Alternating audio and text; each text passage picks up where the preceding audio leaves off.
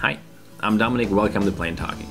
First, I have to sincerely apologize for being late again with today's episode. To make a long story short, New Year's Eve's aftermath struck me and my bachelor thesis needed a bit of attention. But no more excuses from right now, let's get it on. The weather outside is greedy and cold, and to make your thoughts a little bit more summary, I have come up with a topic that we've all heard from our parents in summer. Don't go swimming after eating or you'll get cramps. You believe what your parents say, and that term cramps sounded like something really bad that will instantaneously make you drown if you wouldn't have waited the 60 minutes and all of the 60 minutes you ought to wait. 59 minutes and you will sink like a stone. At least that's what I believe. But what about all that?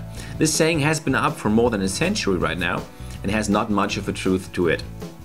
Don't get me wrong, caution is important when it comes to kids and water. But what happens when you go swimming after having lunch? Well, just try to compare that to any kind of movement after eating. If you just had a snack and then take a little walk, there's not much going to happen. But if you just eliminated 3 monster burgers and then tried around the 100 meters in under 12 seconds, it's very likely that you get stomach cramps and start puking. And if this should happen in the water and you panic, it can become a dangerous situation. No doubt about that. But if cramps should appear after eating, they're most likely to be stomach cramps, with your stomach muscle just not getting enough oxygen.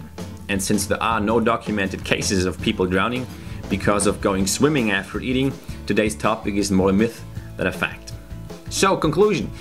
If you consider yourself to be a really careful person, you should give your stomach some time to digest after having eaten a huge meal before you start heading out for the end of the lake. But normal swimming and horsing around in the water shouldn't be a problem even after having eaten a double burger. And having a cramp, although it's not very likely to happen, is not that much of a threat unless you are a really unexperienced swimmer and panic easily. So just use your common sense. If you are completely stuffed and have problems to get even out of your seat, it's probably not a good idea to do any kind of sport. And if you just had some cookies, playing ball on the beach as well as swimming around shouldn't be any kind of problem.